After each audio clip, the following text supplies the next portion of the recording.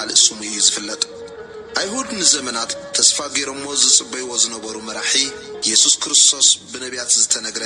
መሲህ ቅቡእ እግዚአብሔር ንሱ እዩ አይሁድ ካብቶም አጨነቅቶም ዝነበሩ ሮማውያን ሓራ ክኾኑ ሓድሽ መንግስቲ ከቁመሎም ዓብይ ትጽቢት ከም ዝነበሮም ከም ንጉሶም ንዓለም ብፍትሕን ጽድቅን ክገዝእ እዩ ዝብል ዓብይ ጽምዓት ነይርዎም አይሁድ ኢየሱስ ከም ናይ እስራኤል ንጉስ እምበር ንኻልእ ኣይተጸበይዎን ኢየሱስ ክርስቶስ ግና ናይ ዓለም ንጉስ እዩ ኮይኑ ተገሊጹ ወንጌል ማቴዎስ በግሪክ እኳ ተጻሕፈ ነገር ግን መልእኽቱ ንአይሁድ እዩ ተጻሒፉ ዕላማ ናይዚ መጽሓፍ ኢየሱስ ዝጽበይዎ ዝነበሩ ክርስቶስ እቲ መሲህ ምዃኑ ብርግጽ ንምቕራብ እዩ ተጻሒፉ ማቴዎስ ኣብ ብሉይ ኪዳን ስለ ክርስቶስ እቲ መሲህ ዝተነገረ ትንቢት ዝፈጸመ ኢየሱስ እዩ ዝብል መሪሕ ሓሳብ ንምጭባጥ ዝተፈላለዩ መረድኢታት ካብ ብሉይ ኪዳን ጠቒሱ እዩ ብተወሳኺ ኣብ ብሉይ ኪዳን ዝነበረ ናይ እግዚአብሔር ህዝቢ ታሪኽ بيسوس كريستوس هيوت كم زتفتصمه ماتيوس أتصبقو غليصو ولو كمون ماتيوس علامون نفتصامه كبتصح يسوس ناي تولد حرك كاب داويد كم زخونه ارغيص يو زرد ابز وانجيل ماتيوس اتكلف زخونه قال بسم اب وولد ومنفس قدوس احد املاك امين وانجيل ماتيوس معرف حدا مصافه ولده ኢየሱስ ክርስቶስ ወደ ዳዊት ወደ አብርሃም ይስሐቅ ወለደ ይስሐቅ ያዕቆብ ወለደ ያዕቆብ ይሁዳን አሕዋትን ወለደ ይሁዳ ኸዓ ካብ ትዕማር ንፌሬስን ንዛራን ወለደ ፌሬስን አስሮም ወለደ ኤስሮም ንአራም ወለደ አራም ንአሚነዳብ ወለደ አሚነዳብ ንአውሶን ወለደ ناقصون نسلمون ولده سلمون كبر راكب نبوأز ولده بوأز كبروت نيوبيد ولده يوبيد نسيئن ولده إسين نجوس داويت ولده نجوس داويت كابسبيتي أوريا نسلمون ولده سلمون نأرو سلمون رب ولده رب نابيا ولده أبيا نأسا ولده أساني أسان يوسطف ولده يوسطف نأيرام ولده يرام نأوزيا ولده أوزيا نأيوتام ولده يوتام نأكاز ولده أكاز نهزياكيس ولده هزياكيس نمناسي ولده مناسي نأمون ولده أمون نإيوسياس ولده إيوسياس كأب زمن مركو بابليون نأكونيان نأحواتن ولده تحر مركو بابليون دما يكونيا نسات ليل ولده سالات ليل نزرابيل ولده زرابيل نأبيود ولده أبيود نإلياكم ولده إلياكم نأزار ولده أزار نصادق ولده صادق نأكم ولده أكيم نإليود ولده إليود نأزار ولده الأزار نماتان ولده ماتان نيأكم ولده يعقوب يوسف حصي مريم ولده كاب آدم اتي كريستوس زبحال زلو يسوس تولده ام بارسي كل ولده كاب ابراهام كسا داويد 14 ولده كاب داويد كسا مركو بابليون 14 ولده كاب باركو بابليون كسا كريستوس دما 14 ولده ايو لدته يسوع كريستوس كمزي ايو أدعو مريم يوسف تحت أخلا كي تراخبوا بمنفس قدس أنيسا تراخبت يوسف حزيا حس صادق سوأي نبرمو بحبو حدقا حسبا مبارك قلص أي فتوان نسو إزي حسب كله إنه ملاخ إكزابير بحلم ترأيو خمزي إلو يوسف ود داويد اتحس يتخا مريم أنيسا توزلا خاب منفس قدس يومو نمو سادا أي تفراح ودي خطولد يا نص خعان هزو كاب حاتياتهم كدحنم يمو سمو إيسوس كتسمي إخا إذا خلو إتي إكزابير بنبي التزاربو خفز أمكو خوانا خمزي زبل إنه درنجل خطت أنس ودون كتولد يا سمو خعا أمان الكبلو إيوم ترجمو أملخ مسانا أيو يوسف كاب دقاسو توسيو ملاخ إكزابير كمز الزاربو قبرة نمارم حسوتو أسادا بخرو وداخ الساعة تولد كا أي فلتان سمو دما يسوس سميو معرف خلته يسوس زب زمن نجوس هيرودس أبي تلهم نا يهودا مستولد إنه سبت እቲ እትወለደ ንጉስ አይሁድ ኣበይ ኣሎ ኮኸቡ ካብ መብራቕ ሪኤና እሞ ክንሰግደሉ መጺና እናበሉ ካብ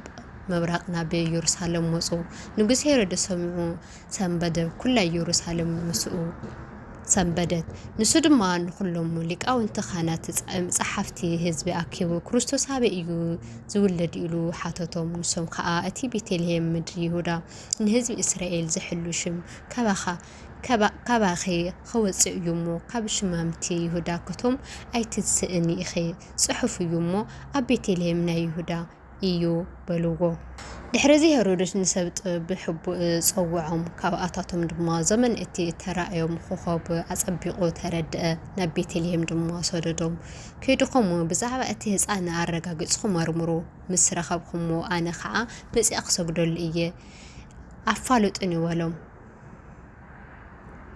ንሳቶም ከዓ ካብ ንጉስ ሰሚዖም ከዱ እንሆ እቲ ኣብ መብረቕ ዝረአይዎ ኮኸብ ኣብ ልዕሊ እቲ ህፃን ዘሎ ቦታ መጺኡ ደው ክሳዕ ዝብል መርሖም። ነቲ ኮኸብ ምስ ረአይዎ ኣዝዮም ብዙሕ ሓጎስ ተሓጎሱ። ናብ ቤት ኣትዮም ነቲ ህፃን ምስ ማርያም ኣድኡ ረአይዎ ፍጊም ኢሎም ድማ ሰገድሉ። ሳጽኖም ከፊቶም ከዓ ወርቅን ዕጣንን ከሪብን ገጸ በረከት ሃብዎ። ናብ ሄሮድስ ከይምለሱ ብሕልሚ ምስተረአዮም ድማ ብኻልእ መንገዲ ናብ ሃገሮም ተመለሱ። ንሳቶም ምስ ሓለፉ እንሆ መልአኸ እግዚአብሔር ንዮሴፍ ብሕልሚ ተራእዩ። ሄሮድስ ነቲ ህፃን ክቐትሎ ይደሊ ኣሎሞ ተስእ ነቲ ህፃንን ኣድኡን ሒዝካ ናብ ግብፂ ህደም ክሳዕ ዝነግረካ ከዓ ኣብ ወፅናሕ በሎ። ተሲኡ ነቲ ህፃን ነድኡን ሒዙ ብለይቲ ናብ ግብፂ ኸደ። እቲ እግዚአብሔር ብነቢይ ንወደይ ካብ ግብፂ ጸውዕዎ ክዝበሎ ምእንቲ ክፍጸም ድማ ሄሮድስ ክሳዕ ዝመውት ኣብኡ ጸነሐ። ሽዑ ሄሮድስ ሰብ ጥበብ ከም ዘላገጸሉ ምስ ረአየ ብዙሕ ኮረየ እሞ ንኩሎም ህፃውንቲ ቤተልሔም ኣብ ኩሉ ጎደበታትን ዝጸንሑን ካብ ስነ ጥበብ ኣርግጹ ብዝሓተቶ ዘመን ወዲ 2 ዓመት ካብኡ ንታሕትን ዘለው ንኩሉ ኣቀተለ። ሽዑ እቲ ብነቢይ ኤርምያስ ኣብ ራማ ድምፂ ተሰማዐ። ዋይታ ብዙሕ ብኽያትን ራሄል ስለ ደቃ ብኸየት ትወዲኦም እዮም እሞ ብምድባስ ኣበየት እተበለ ተፈጸመ። ሄሮድስ ምስ ሞተ እንሆ ካብ ግብፂ መልአኸ እግዚአብሔር ንዮሴፍ ብሕልሚ ተራእዮ። እቶም ህይወቱ እዚ ህፃን ዝደልዩ ሞይቶም እዮም እሞ ተንስእ ነዚ ህፃን ነድኡን ሒዝካ ናብ ምድሪ እስራኤል ከድ በሎ። ንሱ ድማ ተሲኡ ነቲ ህፃን ነድኡን ሒዞ ናብ ምድሪ እስራኤል መጸ። ኣርኬልዎስ ኣብ ክንደ ኣቦ ሄሮድስ ከም ዝነገሰ ሰሚዑ ገና ናብኡ ምኻደ ፈረኸ። ብሕልሚ ምስ ተገለጹሉ ድማ ናብ ምድሪ ገሊላ ኸደ። እቲ ብነቢያት ናዝራዊ ክበሃል እተባሃለ ምእንቲ ክፍጸም ናዝሬት ናብ እትበሃል ዓዲ መጺኡ ተቐመጠ። ምዕራፍ 3 በተወርሓት እቲ ዮሐንስ መጥመቅ መንግስተ ሰማያት ቀሪበ ኣላሞ ተነሱ ኢሉ እናሰበኸ ናብ በረኻ ይሁዳ መጸ። እቲ ብነቢይ ኢሳያስ ኣብ በረኻ ዝእወጅ ድምፂ ኣዋጅ ነጋሪ ጎደና እግዚአብሔር ጽረጉ መንገዱ እውን ኣቅንዑ ኢሉ ኣተናገረሉ ንሱ እዩ። ግዳን ዮሐንስ ካብ ፀጉሪ ገመል ነበረ ዕጣቀ ሕቁ ድማ ፈረቀ ቀልቡ ከዓ አንበጣን ማዓርን ስንካልን ነበረ። ሽዑን ኢየሩሳሌም ኩላ ይሁዳን በዘላ ሃገር ዙርያ ዮርዳኖስ ናብኡ መጾት ኃጢአቶም እናተኣመኑ ከዓ ኣብ ሩባ ዮርዳኖስ ብኡ ይጥመቁ ነበሩ። ካብ ፈረንሳውያን ሰዲቃውያን ብዙሓት ናብ ጥምቀቱ ክመጹ ምስ ረአየ ግና በሎም ኣቱም ውላድ ኣትማን ካብቲ ዝመጽእ ቁጣዓን ከም እትመልቁኸ ምን ሓበሩልኩም እምበኣርከስ ንስሓ ዘበቅዕ ፍረ ግበሩ ብለኩም ኣብርሃም ኣቦ ኣለና ከም እትብሉ ኣይምስለኩምን። ንኣብርሃም ሲ ከምዚ ኣእማን እዚ ውልድ ክትንስእሎ ንኣምላኽ ከም ዝኽኣሎ እብለኩም ኣለኹ። ካብ ሕጂ ከዓ ማህፀን ናብቲ ጉድጓድ ኦም ተነቢሩ ኣሎ። እምበኣርሲ ጽቡቕ ፍረ ዘየፍሪ ዘበለ ኩሉ ኣብ ኦም ይቆረጽ ናብ ሓዊ ድማ ይደርበ። ኣነስን ንሳ ብሰማይ እጥቀመኩም ኣነሴን ንስሓ ብማይ ኣጥምቐኩም ኣለኹ እቲ ድሕሪ ዝመጽእ ግና ካባይ ይሕየል እዩ እሞ ኣነስ ኣስኣኑ ክጸውር እኳ ኣይበቃዕን እየ ንሱ ብመንፈስ ቅዱስን ብሓውን ከጥምቐኩም እዩ ዓውደ ዘይጸረገሉ መስአ ኣብ ኢዱ ኣሎ ስርናዩን ካብ ቆፍኡ ይክብ ነቲ ሓሰር ግና ብዘየጠፍእ ሓዊ ኸንድዶ እዩ ሽዑ ኢየሱስ ብዮሃንስ ኪጥመቕ ኣብ ገሊላ ናብ ዮርዳኖስ መጸ ዮሃንስ ግና ንኣይ በኣኻ ምጥማቕ የድልየኒ ንስኻዶ ናባይ ትመጽእ ኢሉ ኣበዮ ኢየሱስ ከዓ ኩሉ ጸድቂ ክንፍጽም ይግበአና እዩ እሞ ሕጂ ይኹን ደኣ ሕደግ ኢሉ መለሰሉ ድሕሪዚ ፈቐደሉ ኢየሱስ ምስ ተጠመቐ ብእኡ ካብ ማዩ መጸ እንሆ ከዓ ሰማይ ተኸፈተ መንፈስ ኣምላኽ ድማ ከም ርግቢ ወረደ ኣብ ርእሲ ክቕመጥ ረአየ እንሆ ድማ ብእኡ ዝሰመርኩ ፍትሓዊ ወዲ እዚ እዩ ዝብል ድምፂ ካብ ሰማይ መጸ ምዕራፍ 4 ሽዑ መንፈስ ኢየሱስ ብዲያብሎስን ክክፈተን ብዳውለት ክፍተን ናብ በረኻ ወፀ 40 መዓልትን 40 ሌሊትን ምስ ጾመ ድሕሪዚ ጠማያ እቲ ፈታኒ ድማ መጺኡ ወዲ ኣምላኽ እንተኾይንካስ እዚ እምኒ እንጌራ ክኸውን በሎ ኢየሱስ ግና ሰብ ካብ ኣፍ ኣምላኽ ብዝወፅእ ኩሉ ቃል እምበር ብእንጌራ ጥራይ ኣይነብርን ጽሑፍ እዩ ተጻሒፉ እዩ ኢሉ መለሰሎ ሽዑ ዲያብሎስ ናብታ ቅድስቲ ከተማ ወሲዱ ኣብ ገምገም ቤት መቕደስ ደው ኣበሎ እግርኻ ብእምኒ ከይትዕንቀፍ በኣዳዎም ከልዑልኻ ንመላእኽቱ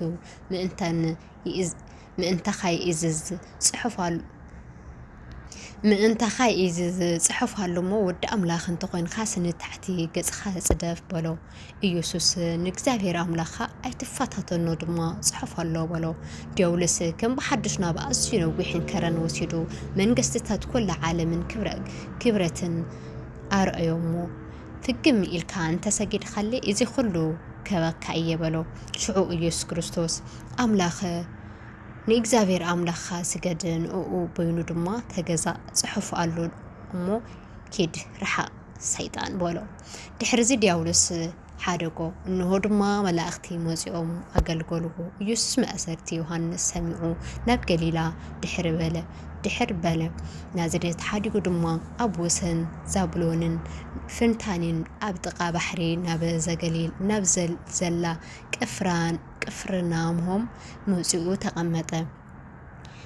በቲ ነቢይ ኢሳያስ እተባሃለ ክፍጸም ከምዚ ዝብል ምድሪ ዛብሎንን ምድሪ ንፍታንም መንገዲ ባሕሪ ማዕዶ ዮርዳኖስ ገሊላ ኣሕዛብ ኣብ ጸልማት ዝነብር ህዝቢ ዓብይ ብርሃን ረአየ ኣብ ዓዲ ሞትን ደእንን ንዝነብሩ ድማ ብርሃን ወጸሎም